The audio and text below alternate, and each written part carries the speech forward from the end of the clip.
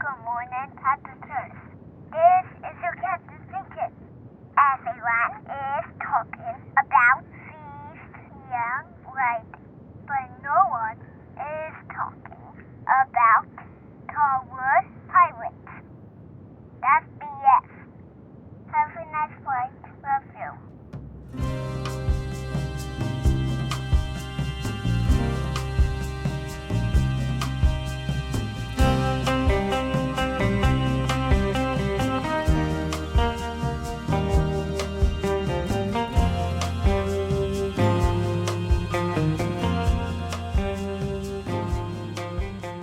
Welcome to Piloting the Pilots, the podcast where two ambivalent TV viewers watch television pilots and let you know what shows soar to the highest heights of the small screen or crash and burn. My name is Erin. With me, as always, is my husband Cameron, and I've got a question for you. Yes, ma'am.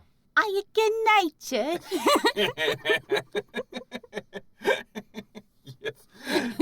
Yes. How are you doing? I'm fine. You're crowded over there with boxes. With all of my presents. Presents for your upcoming birthday Mother's Day celebrations. Isn't that great? Because they're basically same day. Basically. That sucks for you. That really does suck for you.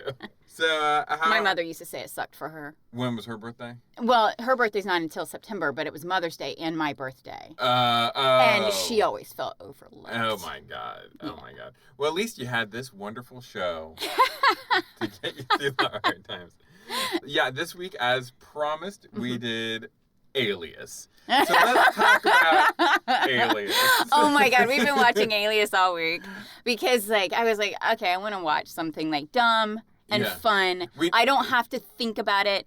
Just over our lunch break, a 40-minute show. It has to be a certain We tried watching the Winx, that new Winx saga thing. Yeah. Oh, no, thank you. No, thank you. No, thank you. No, thank you. I don't remember who suggested it. I don't either, but I was scrolling through Prime and I saw that Alias was on there and I was like, hey, we can finally watch season 2. Yeah, because the one season we've never seen is season 2. Yeah, we've watched them all except for season 2. So I was like, well, let's watch this. And then we got into it. We're like, God. Well, I forgot how good this show is. Good in the very worst way. I highly recommend Alias in the worst way. Oh, man. You want a bad show that's excellent? Yeah, this is the one for you. If you are a fan of, bad movies that are entertaining. Yeah. I'm not talking bad movies that are boring. No. I'm talking about bad movies like The Core. Yeah. Or The Day After Tomorrow. Or Congo. Dante's Peak. Yeah, these types of movies. Those. Yeah. Alias scratches that itch so well. Good. She's the worst spy. Worst spy ever. She cries at least once per episode. There is no... over dead spies. There is no reason why she should not be found out. She's the worst. And she has so many tells. She never hides her expression. There is a scene early in season 1 where she's supposed to be doing a counter mission because she found out the people she's working for are bad. Yeah. And she's working with the CIA. And, the real CIA are in there. Mm-hmm. And they've probably doesn't make sense, but her partner has set up rigged the place to explode. Yeah. And she had to go in and, deactivate the remote. Yes, which she did. But he's like, I had a second one. Remember our mission in Peru? And he blows it up, and all of the CIA agents inside, die. And she starts bawling. But what's funny, right before that, because her partner, Dixon, clarifies with her, because he's a good person. Yeah, and he's like, the place is empty, right? There's, nobody in there. And she's like, yeah, there's nobody in there because she doesn't want to give up her game. But she still knows that the CIA are in there. So he blows them up, and then she just starts freaking to the point where she actually freezes, and Dixon has to carry her out. And he never once questions, why is she so upset about an empty building exploding? It's so horribly bad. Oh, I love it. Baby Bradley Cooper's in it. Oh, Baby Bradley Cooper's in it. Michael Vartan, crooked face Michael Vartan. Man. It feels so good to be with these guys again. Man, we got freaking Godspell himself in there. For sure. Victor Garber. And then as we're watching it. We start remembering things that happened, like Milo Rimbaldi. Suddenly they start spying for paranormal things. It's a big paranormal thing. Oh my God. And future episodes. And every episode I'll be like, remember when Michael Vartan fakes his death and he ends up in an ashram in Tibet? And you're like, no. And I'm like, it happens. I promise you it happens. Remember when they all parachute from the sky and we're like, Super Spy Family, ho! It's a blast. It's amazing. Highly recommend. Anyway, for this show, I also, highly recommend. This week we actually covered, as promised, The Young Riders. For sure. Do you want to give us a show synopsis for this, please? Of course. The Adventures of the Riders of the Pony Express. Quick. Bam. To the point. Simple. Just like the show. But really, you follow the kid. The kid, yeah. Is he supposed to be Billy the kid? Because he does. That's not the right era. I think he's just the kid to be our stand-in. Yeah. He's our surrogate. Yeah, he's our wholesome dude. Yeah. And then we got the episode synopsis, if you please. The Dakota Territory of the 1860s comes alive through the lives of 6 young people who sign as Pony Express riders. That's right. Yeah. And who are those 6 young people? Well, I'll tell you. We have Stefan Baldwin, because I spelled that wrong, as William F. Cody of the Wild West fame. Yep. We have Josh Brolin, fresh off the Goonies. He's got to be fresh off the Goonies. Such a baby face. As James Butler Hickok. We got Ty Miller as the kid. Loved Ty Miller growing up. I mean, obviously. I love how they never ask him his name. He doesn't have a name. He's just the kid. Teaspoon's going down the order asking people, like, what's your name? What's your name? What's your name? And then gets to the kid, and then it's like, edit. I know. He doesn't have a name. He's just the kid. Then we got Greg Rainwater as Running Buck Cross. I was actually impressed that they got a Native American to actually play a Native American character. It's pretty impressive. For 1989. Yeah, I know. That's pretty good. We got Yvonne Suhor as Louise McLeod, or Lou. Or Lou, because she's trying to pass as a man, but she's so pretty and it's kind of, no. Yes. You know, she doesn't look very butch. You can't really. Yeah. I think you'd have to be an idiot to think she's a man. You're right. And then we got Anthony Zerbe as Teaspoon Hunter. This was first released September 20th. Oh, they didn't even mention Ike. Oh, I didn't mention Ike. You didn't mention Ike. Ike is an important character, and I love him. And you didn't mention Emma or the Marshal. I'm sorry. I don't want this. I could go forever with the starrings on these things. I go with the people who've been in the most episodes. So maybe Ike, the Marshal, and Emma don't appear in as many episodes as everybody else. Whatever. Because Ike dies. Love Ike. This was released September 20th, 1989. The number 1 song was Don't Want to Lose You Again by Gloria Estefan. Nice. And the number 1 movie was something called Black Rain. Interesting. So do you have any predictions you want to share? Well, I have expectations. Or expectations more than... Yeah. Now, as you're aware, I grew up watching the show. Loved every moment of it. I loved this show as a young girl, but I don't think it'll hold up. However, I was pleasantly surprised by this episode because the kid, when he finds out Lou is a woman, he's like, you have a right to make your own way in the world. Exactly. I was like, oh my God, that's a wonderful thing to say. And then she's very... For 1989, that's an amazing thing to say. Yeah, and then she's like, she says, I'm just as good as any of you. Yeah. You know, and I have every right to do this. Exactly. And blah, blah, blah. Yeah, it was really cool. And it had a very, like, just one of the guys, but like the PG version where like... I love that movie too. That's another good, bad movie. That's another good, bad movie. But like, yeah, he lived the original, not the Lindsay Lohan version. I've never seen the. Is there a Lindsay? Yeah, there is a Lindsay Lohan version. Oh, okay. Ew. Okay. I've never seen it, but I like the original. No, you're talking about She's the Man, and that's Amanda Bynes. Was it? Yes. And I have seen that one. Okay. But no, just watch just one of the guys. Yeah. It does not hold up, but in an entertaining way. But I also remember, now that I'm thinking about it, because, you know, it's been many, many, many years since I saw this show. But Rainwater, Buck. Yeah, Buck. I remember he has his half-blood, quote-unquote, episodes, of which Teaspoon is very progressive, and all of them with him is very not racist toward him at all. Well, you know, they stand up for him and all this other sorts of things, and he stands up for himself because there was always a problem with you being with a native. Yeah. You know? Yeah. I was watching that this show. interracial stuff that everybody doesn't like back in the day. I was watching this show, and I was like, this is like a weird hybrid of progressive and conservativeness. Yeah. That actually, I think, works. It's progressive wholesomeness. Yes. Yeah. It's like, it still, like, calls guns tools. Yeah. And it's like, here's a Bible for your soul. When, whatever. But, like, it still has, like, but it doesn't feel preachy. Yes, exactly. You know what I mean? Like, either way. It doesn't feel like it's pushing a conservative agenda or a progressive agenda necessarily. Yeah. It just is. And it's honestly a pretty nice marriage of the two. It really is, It works really well, in my opinion. My predictions, it's been a while since I've seen this, but I think it's pretty much what it says on the tin. It's a series of young Pony Express riders featuring famous Western heroes and villains. Yeah. That's what it is. That's what it is. That's what it is. Although I was impressed with the Marshal this round. I don't really remember remembering him. Well, you know what? You're closer probably to the age of the Marshal than you are to the young riders at this point. Yeah, exactly. So it makes sense that he becomes the character you're focusing on. The character that I relate to now. Yeah. So I was like, wow, this guy has some pearls of wisdom. I never really noticed him before. Honestly, everybody had a lot of pearls of wisdom in this show. Yeah, they did. This was a really well-written show, in my opinion. Yeah. Like, I don't want to oversell it.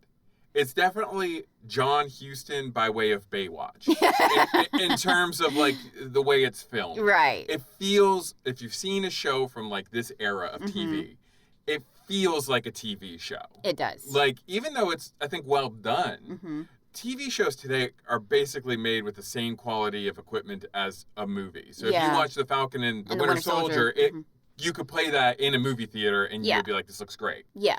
Back then, there was a very big difference with Dr. Quinn, Medicine Woman, like Hercules, Xena, all those things. They felt very TV show. And this does. It's very unsophisticated in a way, but in a way that I think is still enjoyable. Yeah. Like, the way I was trying to because I was trying to say, like, how do you recommend this show? And, of course, I liked it. Yeah. But I don't want to oversell it either. And I think the best way I can say it is, like, it's unsophisticated in the way Harry Potter is unsophisticated. Yeah. It can appeal to people of all ages, but I don't want to make people think it's, like, this, like, gritty drama or anything it is not gritty. I don't like gritty. It's very light on its feet. Yeah. It's not, like, super serious. Yeah. And one thing that did impress me, this thing actually took some of my facts for this week. Really? Because they had a lot of historically accurate stuff. Exactly. One of the things that I had written down was the actual Pony Express oath. Yeah. I had written it down, and it is, and they make the kids swear it at the beginning. I do hereby swear before the great and living God that during my engagement and while an employee of Russell, Majors, and Woodell, that was the Pony Express people, I will, under no circumstances, use profane language, that I will drink no intoxicating liquors, that I will not quarrel or fight with any other employee of the firm, and in every respect I will conduct myself honestly, be faithful to my duties, and so direct all my acts as to win the confidence of my employers, so help me God. And that was... a lot of jobs like that back then had these oaths. There's, like, loyalty because, like, oaths. As a lady teacher back in the day, when you were first allowed to be a teacher, you had to sign an oath that you wouldn't date, that you wouldn't be out past 4 o'clock. Right.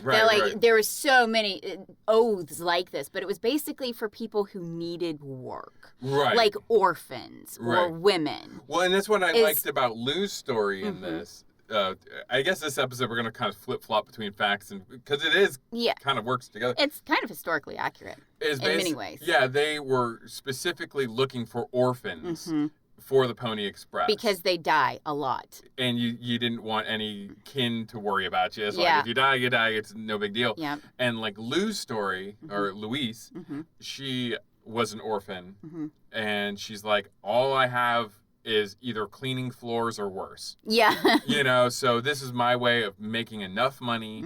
And Pony Express riders made good money, by the way. Yes, they did. And I'm about to get into how much they made. That's because it was a death-defying job. And she's like, I'm going to get enough money that I can get my brother and sister out of the orphanage that I escaped from, and we can buy a place and we can be fine. So, like, I thought that was really cool how it all tied in together. However, the site where I learned that oath also said that a man named Richard Burton, who was an eyewitness to the Pony Express, said he scarcely ever saw a sober rider. So they did not really listen to the oath.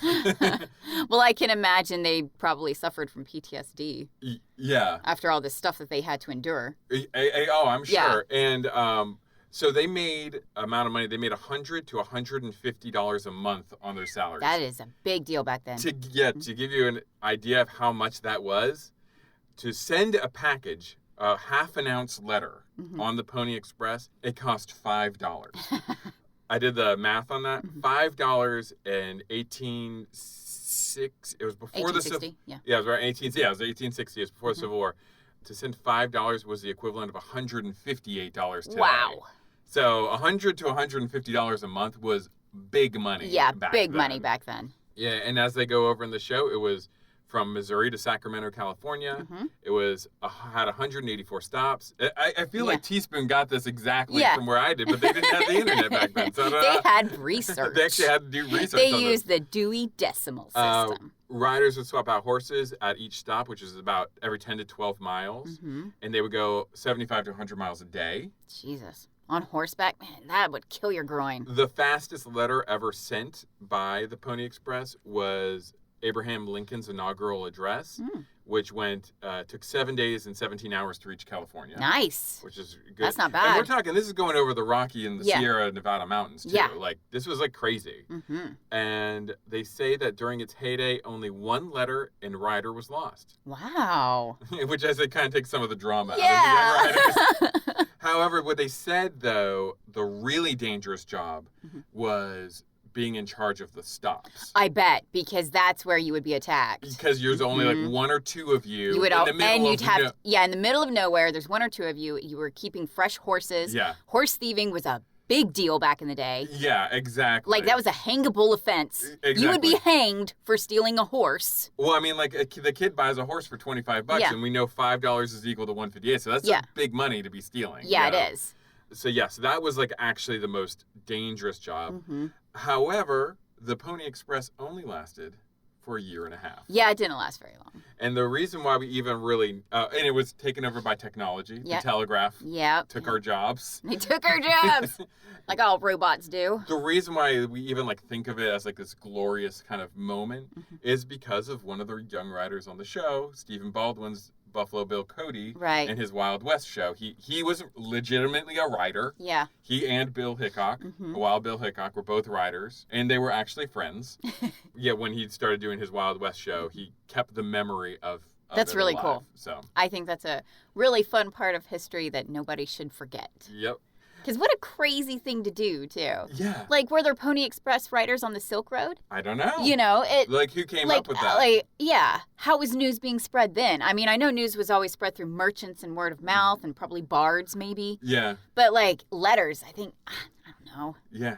I just think that's pretty cool. I think it's pretty cool. I think there is, I don't want to, like, be, I don't want to glorify, like, the age of discovery or conquest. No. Not at all. No. However, I was thinking about it. I was jogging yesterday using iFit, so I was learning history as I was jogging. Yeah. And Tommy Ribs was talking about Portugal being on the edge of Europe. It was, like, the furthest west of Europe, and how they were landlocked on one side, and you had the ocean on the other side. And that kind of fed their desire for discovery and going out. And like, not to take away the atrocities that happened through discovery or anything, but I was just thinking of the people from, say, Portugal, who decided to uproot their lives and just make a new home. Oh, yeah. Well, anybody just moving out west during the time. You might as well be moving to Mars. Yeah. You like. You don't know what to expect. You don't know what to expect. You're absolute pioneers. Like that idea of, like, I'm leaving this life behind, and I don't know, I'll never come back. Exactly, never. Like this, I think we've said in an earlier episode, but like when people used to move west in the day, you said goodbye to your family, like, that's it. We're never seeing each other ever again. Like, that's a weird thing. And I think, honestly, the only equivalent to that would be is if we set up something on Mars and we're like, I'm moving to Mars.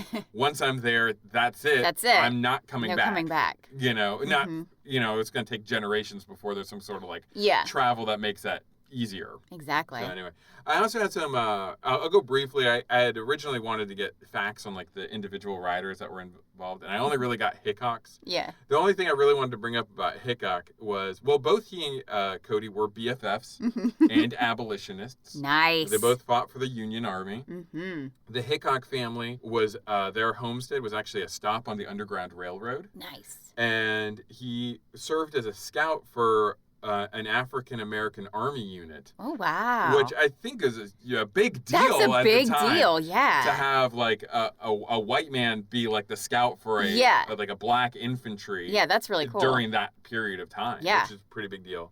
He's also known as possibly, but most likely, the first quick draw duel in the Old West. Ooh. So any movie you see with like a high noon shootout, the first one was him. Nice. And it was over a watch he lost in a poker game. Sure. It was like a family watch that he had. Wow, hair trigger. Yeah, right. he lost the watch in a poker game, and he said to the guy who won it, he's like, okay, you can have it, but don't wear it in public. A pride thing, like don't wear my family watch. But the dude like showboated the next day. Just totally showboated the next day. There was a shootout in the middle of the street.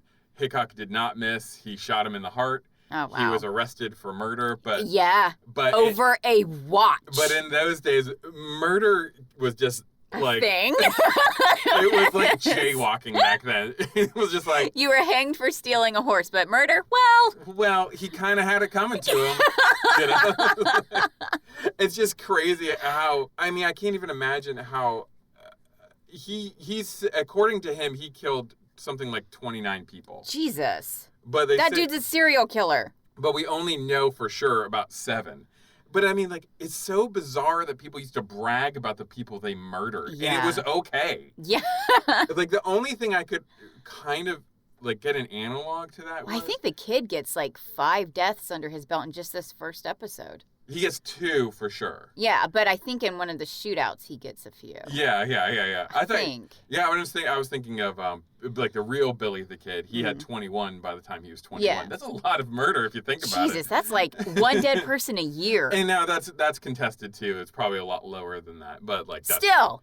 But if you have double digits of murder, it's just there's something wrong. The idea that people just were bragging about how many people, human beings they murdered, and everyone was like, yeah, that's a bad dude over there. We can't do anything about it. That's crazy. The only thing I could think of is like in the early 90s, gangsta rap used to have raps about I'll kill you, I'll shoot you and stuff like that. But again, that was all hot air. That wasn't really happening. Well, you know what I mean? They were bragging about this stuff. Yeah, Snoop Dogg owns a winery now. Just saying. Snoop Dogg had an extended cut in SpongeBob SquarePants. So. Just saying. But yeah, so that's some little outlaw facts. Now we can get right into the Young Riders. All right. Yeah, we kind of already said it, but I was honestly impressed with the show. I was too. Yeah, I was surprised that it held up so well. It was very entertaining. Yeah. My only complaint about it, and this would be my bad thing I would say about it, is it started to feel a little long at the end. Yeah, because it you think they've already won when they capture the guys. And then it continues. It goes, and it doesn't even go that much longer. But basically they capture the bad guys. And they have a choice of Hickok wants to hang them. Yeah. And the kid's like, no, we're going to arrest them. And then the bad guy's being carted away. He's like, you haven't heard the last of me, kid. So you think this is setting up an ongoing thing. And then the show just keeps going. Yeah. And then he gets out of jail, escapes, and then you're like, oh, we're still going. Oh, we're still going here. And then when they do have their final shootout, it's very brief. Very. It's not even. But he used the Pony Express tricks he was taught. Yes, and that's what we learned. And then there's a moment where he has to kill his horse. Man, that was hard to watch. Well, that was hard to watch. Well, the whole horse thing was a big. That was a huge storyline throughout the whole thing. You first meet the kid because he's broke. He needs money. He can't even afford to buy an apple. He's an orphan, yeah. And he sees this horse, this painted horse. That he loves. And he's like, oh, I love this horse. And then he sees Fight the Pugilist, and you get $30. And that way he can buy his horse. And all he has to do is be on his feet after for 3 minutes. He doesn't have to win the fight. And he finally does in order to win that horse. And I loved that the sideshow guy was like, look, kid. This guy is gonna murder you. Legit. Yeah, like, you will die. Like, he's like, I don't care about any of the. I'm actually looking out for you. Kid. Yeah, you're gonna die. Yeah. And he's like, I need that $30. I need and that money. Was like the perfect save the cat moment for the kid. Oh yeah. You really feel for him, and I think they did it really well. Where it's like, I want this horse. I've fallen in love with this horse. Yeah. And you literally see him get his ass beat. Beat. He doesn't even land a single punch. And it's just not even one. And you and I were like making come on, Rocky. Get up, Rocky. He's just got to get up and he makes it to 3 minutes. So he gets his horse that he loves. And then at the end of the show, the horse gets shot. Yeah. And you think he's going to have to kill the horse. And then the marshal. Wow, way to spoil it. Oh my gosh. Oh my God. I had just left and then he has to kill his horse. And you're like, well, let's say this. He doesn't. Okay. This show is 32 years old. Okay, fine. Fine. I loved that. I thought that was an awesome introduction to the kid. Yeah, for sure. You're on his side immediately. And what's his name? The guy. Ty Miller. Ty Miller. Mm-hmm. I think he does an amazing job. In fact, I think everybody does an amazing job. Yeah. Oh, I even love Stephen Baldwin in this. I even love Stephen Baldwin in this, and that's very hard for me to admit. Yeah, I know. I had a really hard time watching this, being like, I like Stephen Baldwin. You know.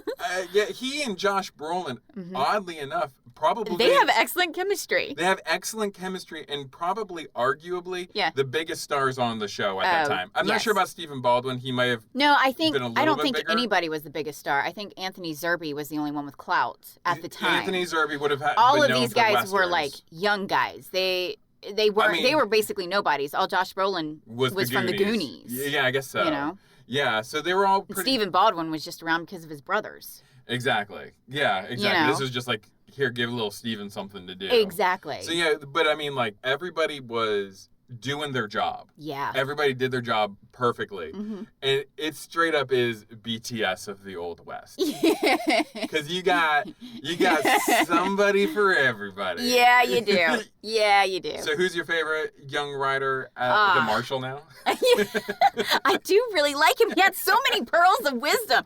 Like, I wrote down this one line. The bad guy says, there's 6 of us, Marshall. And he was all by himself. And he goes, well, it won't matter to you. You'll be the first one I drop. And I was like, oh, my God, I love you. I love standing up to that guy.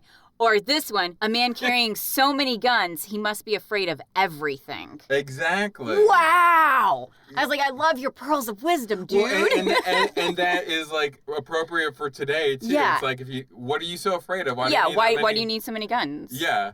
Yeah.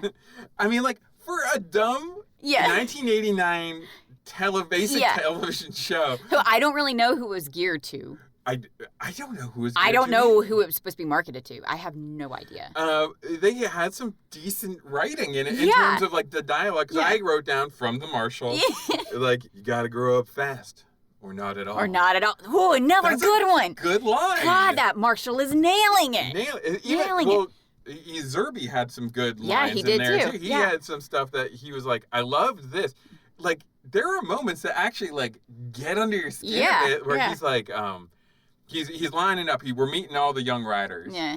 And then he's specifically singling out Cody and Hickok. Because they have, like, big guns on their belts. They're like showing off. They're like kids who, like, want to act like they're big Yeah. And he's like, I dare you not to stand and fight. He's like, you get in trouble, you run like hell. Exactly. That's what you do. And I was like, hell yeah, I love this. Yeah, like, it was pretty good. The music drops are amazing. do do do do do do do do do do. It's. I did feel like I'm saying, like, it's really good. It's really good. It's sloppy, though. It's still very 1989. It's like the guitar drops, like, they'll have, like, bluesy kind of stuff that's going on in the background. Yeah. And it's cheesy and it's lame, but it's also very good. It is. I was quite proud of it, actually. Yeah. Because it's always been one of those shows that in my head has always been amazing. And to watch it now and still really love it, I'm like, oh, this is great. This is good. I'm glad I love this because I've seen other things I've loved in the past. Right. Like, ew, James Bond. Yeah. You when we met, you were the James Bond fan. Yeah. You were very much into James Bond. Yeah. I had seen a few of them, and with you, we had... Like, I knew every song. I knew all of the words to every movie. We owned the DVD collection of all the movies, and we watched them all the way through. Yeah. And now it's harder to watch. Now I'm like, oh God, really? Yeah, and it's like anything Joss Whedon. Yeah, anything Joss Whedon doesn't really hold up. Yeah, it doesn't. So when you're revisiting something that you saw as a very young child. Yeah. You know, like it's kind of weird because you're like, oh, I don't know, is this rose-tinted glasses? I mean, even though you and I revisited this, I don't know how long ago, but like... Oh, it's got to be like 12 years. Something like that, probably. Yeah, to see it again and be like, this is pretty good. Yeah. Yeah. Like, that's an impressive thing for something that old to still be able to hold up. Now, again, who do you think this was marketed for? It lasted for 3 seasons, which... That's pretty long for the 1989. That's pretty good. It's not... Considering it's just about a bunch of kids riding horses. 5 years is what you want for syndication, which is probably why the show is forgotten, largely forgotten. Like, it's in... parts on YouTube. Yeah, we couldn't find it to stream anywhere. No. You can't buy it anywhere. We had to go to YouTube and watch it and divide it up into 5 parts. Yes, in order to watch the whole episode. Which was fine. But again, the quality's not great because it hasn't been remastered or anything like that. So it's kind of blurry. But it's kind of sad. But who do you think? Let's go back to that question. Who do you think this was made for? I have no idea. I really don't know. Now, when I start reading the reviews for you, you might start to get an idea. Okay. Oh, no. But, please don't tell me incel little shits. Oh, not at all. Thank God. Not at all. Thank God. This, like I said, this is like BTS of the Old West. Yeah. Yes, it is. Yes, it is. Yeah, everybody's got their favorite young writer. Yeah. It's like Girls with the Avengers. Like, who's your favorite one? Favorite Avenger. And you even have your woman. Yeah, you even have your woman who's there. But your things haven't really changed all that much in 20 years. But yeah, you basically got Hickok. 30 actually. 30 you got Hickok, who's like your hard ass. Yeah. You got Cody, who's... Well, Hickok's also very temperamental. Yeah. He's your bad boy. I guess. He's your Donnie Wahlberg. Then you got Cody, who's a bit of a showboat. Yep. Who would he be? Who would is he like a Joey McIntyre? No. Yeah. No, because the kid is your Jordan Knight. Oh, for sure. And then you got Ike, who's your sweetheart. Oh man, for sure. You got Buck, who's there. I don't know. He's really cool. He's like your Joey Fatone. No. Cody's your Joey Fatone. There we go.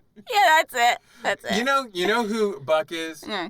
He is your Jonathan Knight or your Lance Bass. Yeah. He's kind of like the unsung solid center. Like, yeah. You don't put him he's never like the front man. Well, okay. Then if we're talking about frontman, Ty Miller, the kid, is your Justin Timberlake. He's your Justin Timberlake. He's your Jordan Knight. Yeah, for sure. Like he's your for sure. He's gonna be at the front of every Tiger Beat magazine. Oh yeah. But that pretty face. Oh yeah. But yeah, like Buck is like your Leonardo of the Ninja Turtles. He was my favorite. Jonathan Knight, Lance Bass, my favorites. They're just solid in the background. Just solid. If you were to remake the Young Riders today, who would I cast? Who would you cast? I'm not gonna ask you to do all 6 of them because that's crazy. Right. But like, if you could do like anyone, and I'll I'm not sure I even know any young actors. I was trying to think of it too, and I was like, there was like the same people. That John Page dude is super hot right now. Maybe we could cast him as somebody. Who, the Duke? The Bridgerton dude? Yeah, okay. He's super hot right now. You could probably put him in there. Right? You could make him maybe the kid. Yeah. I can see him as a kid. Now, see, my thing is he's too old too. See, and that was my problem too, because like a lot of the young actors that I did think of are actually not young anymore. They're not young anymore. Because I saw Liam Hemsworth as maybe Hickok. He's too old now. I know, but he's like in his 30s, so that's like... I think we'd have to cast unknowns. I think so, and that kind of like defeats the person. I was like, Tom Holland. Oh, yeah. He could be like the kid. Oh, he'd be great as Ike. Oh, he'd be good Ike. Yeah, although he has excellent comedic timing. Maybe we should put him as Cody. You want to put Daisy Ridley in as Lou? Yeah. Yeah, for sure. Why not? You know who could do it? Miley Cyrus. I think she could do it. Whatever. You hate Miley Cyrus so much. What do you want to hear what other people had to say about this show? Yeah. Or did you want to bring up anything else in particular? No, not really. Not really. Yeah. No. Well, who's your favorite young writer? Who is my favorite young writer? Ooh, that's a good question because I like them all equally. They're all my children. Whatever. They're all whatever, Emma. No. I think honestly, I'm not trying to be difficult here. I think the show did a really good job of creating 6 distinct people. Yeah. That it's really hard to put one over. Like, I like them all for different reasons, and it's very difficult for me to say, like, I like Lou because she has a very compelling story. Yeah. I like the kid because he's, like... He's just so wholesome. He's so wholesome and good. He's just so wholesome. You know, and, like, you could tell he's, like, struggling against, like... Yeah. I don't want to be a criminal. I don't want to be a bad guy. But then there's, like, something about him that, like, he could easily go over to that side. Like, there's a very Luke Skywalker thing about him where... Yeah. He's always kind of... Even looks a little bit like him. Yeah, he's got a very Mark Hamill look. Yeah. And...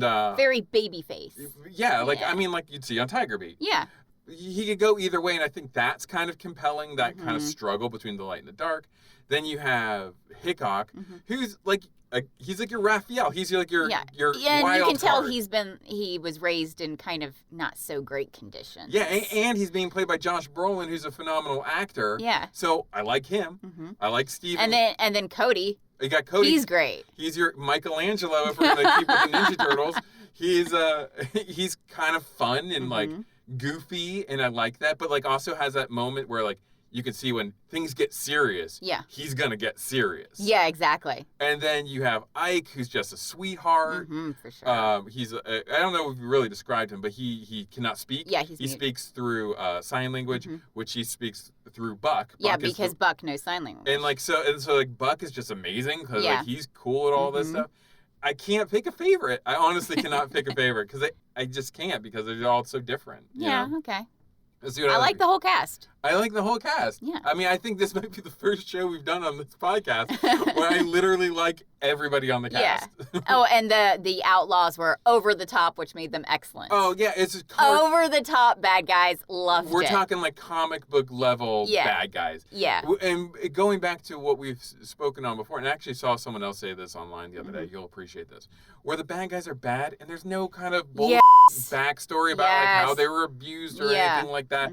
They just are bad. They're just bad guys. They're just bad guys. They're literally black hats. Yeah. For our boys to have to stand up and fight against. Exactly. And that's it. And it's great. It doesn't need to be anything more than that. I hate this understanding the bad guy crap. Again, it works sometimes, but it doesn't have to be every time. Ugh. Sometimes people are just, like, this is what I read online. It's like, sometimes people are just assholes. Yeah, exactly. There are people who are just assholes. Just let them be. You know? Fight against them. Stop trying to understand them. And conversely, what this person said, and I also agree with this, and I don't remember who it is. It wasn't like anyone famous or anything. It was just someone on Twitter or something. Right. But I agree with this too.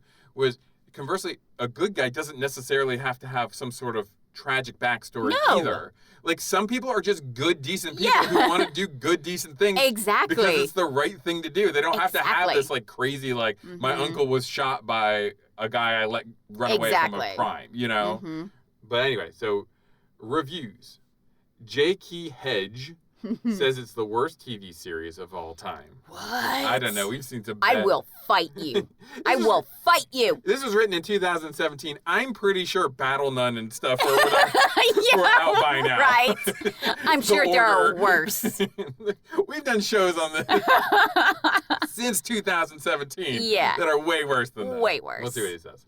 Yes, I'm already assuming he's a he. Oh, for sure. Little Joe, Ben, and Haas of Bonanza fame would literally roll over in their graves if they would have to endure just one episode of The Young Riders. This show's not trying to be Bonanza. No. Though. Like I said, like I described it last week, it's Young Guns for kids. Yeah. It's like, it's bloodless violence, but there's not going to be any prostitution. It's a good moral. Yeah. It's very much of that era of TV where it's almost like comics codian, where it has to, like, the good guys have to win, and they have to learn something, and we have to grow. And that's fine. I mean, I can understand if that annoys you, especially, like, today, like today's audience, but I think it's refreshing to, like, be like, I don't know. No, these are just good guys fighting bad guys. It's not complicated. Oh, and eventually Jesse James comes into the show for a little bit. But not for, I think, a couple seasons maybe. I am just lost for adjectives to describe how bad this show was and remains. Wow, I will fight you. I will fight you in a pugilistic sideshow. The acting is atrocious, and with the insertion of historical Western figures such as Bill Cody, and yes, a young Jesse James, leaves one to simply ask why. Okay. Well, that means he watched a lot of this. Way more. So for someone, he does protest too much. I think so, because too. I don't think he Jesse kept James, watching. Yeah, Jesse James isn't in the first episode, so he watched more than one. Oh, yeah, at least. At least. A lot of the reviews I used to see, or I saw when I was looking for these, positive reviews, were a lot of people being like, I kept telling people this show existed and nobody believed me. And I would rush home and watch it, and, like, nobody believes me this thing exists. And it does exist. So J.K. Hedge had said, worst TV series of all time. Okay. Max is Cute says, the best show that was ever made. We're friends. I had to pick these two because we're going extremes on the other side. We're besties. But again, this guy comparing it to Bonanza, I mean... Completely different shows. Bonanza, let's be honest, it sucked. And like, I'm assuming if you're going to Bonanza as your favorite, like, Western TV show, you're an old. You know, you were old when this show came out. Right. I'm pretty sure... Well, you know what? My dad and my mom really liked this show, too. I can see that. And they loved Bonanza. But my dad watched everything Western. He loved Westerns. So. I think that's the biggest hurdle to make this appeal to a new audience is Westerns just really aren't in vogue anymore. Yeah. And if they are, it's stuff like Deadwood, which is very much marketed to adults. Yeah. Like, Western just isn't, it's not a really movie genre anymore. Right. You get, like, a Western once every few years. Whereas, like, back in the day, it was like comic book movies where it was like it was a big deal. Like 10 times a year you had the new Western coming out with William Shatner. And John Wayne and Clint Eastwood. Yeah, exactly. So Raquel Welch was even in a few. But I think if you get the formula right, I think you could bring this show back. You just have to get the hot young actors. You know, I think you could do it. Right. Well, anyway, best show ever made is Max is Cute. I love this show. I remember watching it when I was a kid. As soon as I heard the music, I would run into the living room, sit down, and not move for the whole 60 minutes. Yeah. Of course, I'm a typical girl. This is what... Okay, okay, I see. Every 10 stars was like, I'm a girl. Of course, I'm a typical girl, and my favorite young rider was Kid, of course. Of course. But as I look back on it, Buck is the best. Right, as you get older. And your taste changes. It's sort of like in Lord of the Rings. Like, if you're a little girl, you think Frodo. He's the cutest thing in the world. When you're you're like 16 to 21, it's Legolas. When you're 22 and older, it is fucking Aragorn. Like, that's how it goes. Yeah, exactly. Yeah. I bet this review was written in 2008. Yeah. I bet you should be like, the Marshall's pretty hot. See, I've gotten to the Marshall now. I've aged that much. You just have to be worried when Teaspoon starts looking good. That's when you've got problems. That's when you're an old. that young man, the Marshall. Right. I bought season 1 when it came out and have watched every episode 5 times and made all my friends at least watch one episode. I do kind of force any friends that I have. Have you seen The Young Riders? That's what this episode of our podcast is basically like. It was me being like, hey, we need to watch Young Riders. Tell people about it. It's on YouTube. It's free. Just go watch it. You can watch it in segments. Just watch it 10 minutes at a time. I have collected all the pics I can of the show and have made a Young Rider collage. Oh my God. Okay, I'm not that obsessed. No, she's like the crazy person with the red yarn. With the red yarn. I even want to collect a toy horse look-alike for every Young Rider's horse. I know this may be considered a little obsessive. Yeah. But this is really the only thing I have of my childhood that I can hold on to. Aww. Well, if any of you feel as I do, you will understand. I would love to hear your comments. Please talk to me, fellow fans, if you can, and then left their email address. I should see if that email's still invoked. Hey, we talked about it on our podcast. We love the show too, man. From 2006. And they also said, I also said, and I kind of briefly said, this show was like apparently a sexual awakening for many young women. Ah, okay. Like a lot of it was like, I love this show. Right. The kid was my favorite. Yeah. You know, Hickok was my favorite. Blah, blah, blah, blah, blah, blah, blah. Right. Love this. Okay. Do you have any? That's probably why I think of it fondly too. Probably. Gilbert Blythe, he was my favorite from Anne of Green Gables. My fave. Do you have any bad things to say about the show? What? No, but I do wish they would release it again and maybe make it high def. Yeah, I think. But since apparently only young women like it, we'll probably never get it again. We'll never get it again. That's why, I mean, this is a cultural artifact in a lot of ways. Yeah, it is. And, you know, you should, I think if it's free, go to YouTube, just watch it. I mean, like, or if you don't like it, after 10 minutes, turn it off. You know? Yeah. But I think it's worth it. And I think it's cool to see all of these young people on it. And as we learned last week, what's her name? Miranda from Sex and the City. She shows up on it. Oh, does she? Yeah. Oh. And the Marshal is a famous actor too. Yeah. I just don't know him. I can't place him. A very famous character actor. Like if you see him, you're like, oh, it's that guy. Fairly certain he was in an episode of Murder, She Wrote. I'm pretty sure. Yeah. Usually he plays like asshole government men now. So it's kind of nice to see him play pre that type. Yeah, like a hero. Where he's like a hero. Mm-hmm. Yeah, I honestly, this is one of the shows that I would actually say people should watch. Right. I would highly recommend it. If I could greenlight it then, I would have greenlit it then. Mm-hmm. If I could greenlight it now, I would. I just don't know how to crack that code. Right. I just don't know how like, I would definitely want it to still, I don't want it to be adult. I don't want to, like, age it up. Yeah, I don't want there to be, like, tits everywhere and I don't want this to be, I don't want this to be TV mature, which is what they would probably do if they brought it back.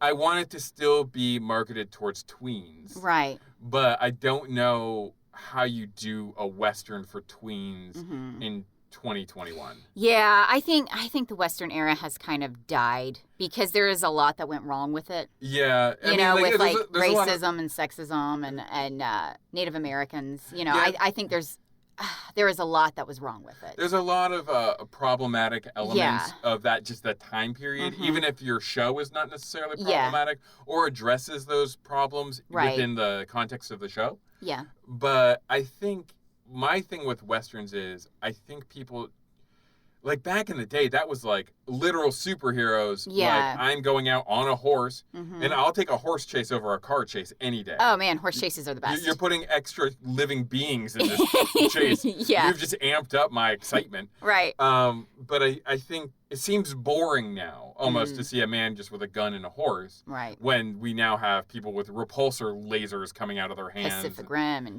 yeah, like it seems so. It's like, how do you make that feel the same? Right. Like you get that same kind of thrill, and I think in a way we've become jaded to that. Yeah. But if you think of it in real aspects, I mean, like it's terrifying. Yeah, seriously. It's just me and my horse and a pack full of like and dynamite. I've got the Sioux chasing me. I think they basically come across Sioux a lot more than any other native. I think so. If they're in the Dakota Territory, yeah, I think that makes sense. I think it's Sioux. But of course, Buck is half Kiowa. Yes. Yeah. And the actor is part Cherokee. Nice. So. But yeah, go watch it. Why not? Branch out. Yeah, try something new. Piloting the Pilots releases each Tuesday and can be found on iTunes, SoundCloud, Stitcher, and wherever else fine podcasts can be found. As always, you can contact us with any questions or rebuttals on Twitter @PilotPilots. Don't bother, we don't respond. Or email us. But we do respond to emails, pilotingthepilots@gmail.com. We would love to hear from you. Okay, so next week, since we truncated our we haven't done an in-flight movie in a long time, so let's do one. We're gonna do an in-flight movie. We're gonna do a Western. Yeah. We're gonna watch. The Adam Sandler. Ugh. Taylor Lautner. Oh. Netflix movie. Oh no. It's like each thing you said made it worse. The Ridiculous Six. Gross. I think it's going to be terrible. Yeah, I think so too. So there's my prediction. I have like 0 expectations for this. but we went from something good, we got to go to something bad. Yeah. A so-called modern Western. This is what I'm going to say about Adam Sandler, though. I don't know why. I don't know when that turn happened, when he became kind of a loser? A loser? Like, because I remember when I was a kid, a child or whatever, right. Billy Madison, Happy Gilmore, those were like hilarious. Like, I think it was a product of its time. I don't think they would hold up now. No. I wouldn't watch them as an adult. But there's like at some point that he just became like a nothing. However, I didn't mean to say nothing. That sounds really harsh. Yeah. But he's fine. He's doing his thing. I'm right. happy for him. He's doing great. But we watched that one movie he did with Jennifer Aniston. The spy one or whatever. Like that one was pretty good. It was pretty good. I'm not saying it was great. I'm just saying like it was enjoyable. It was good. I was surprised for an Adam Sandler movie. Yeah, well, and I keep saying that. It's like I don't watch a lot of Adam Sandler movies. And then when I did finally watch one, I was like, oh, this is okay. Yeah. So I don't know. Maybe this will be okay. I don't know. I doubt it. I highly, highly doubt it. Surprise me, though. Surprise me. Wow me. Wow me. Anyway, so next week we're going to watch The Ridiculous Six as our in-flight movie. And because it's spring, after that we will be starting our Fun in the Sun series. Okay. Which I've been looking forward to for quite a while. Oh, no. What have we got? I'm not telling you. Oh, man. You got to wait. Fine. So hold on to your horses. Yeah. Because we watched especially the a painted one named Katie. Is that her name? Yeah. Yeah, I know the horses' names in the show, too. Are you going to be like the woman on IMDb and get a toy horse for every horse that's in the Young Riders? Yeah, well, I did collect Grand Champions growing up. Yeah. There you go. There you go. It's probably because of this show. Oh, yeah, for sure. So, anyway, we will see you next week for The Ridiculous Six. We hope you have a wonderful week, and we love you. Yeah, we do. We love you. Bye-bye.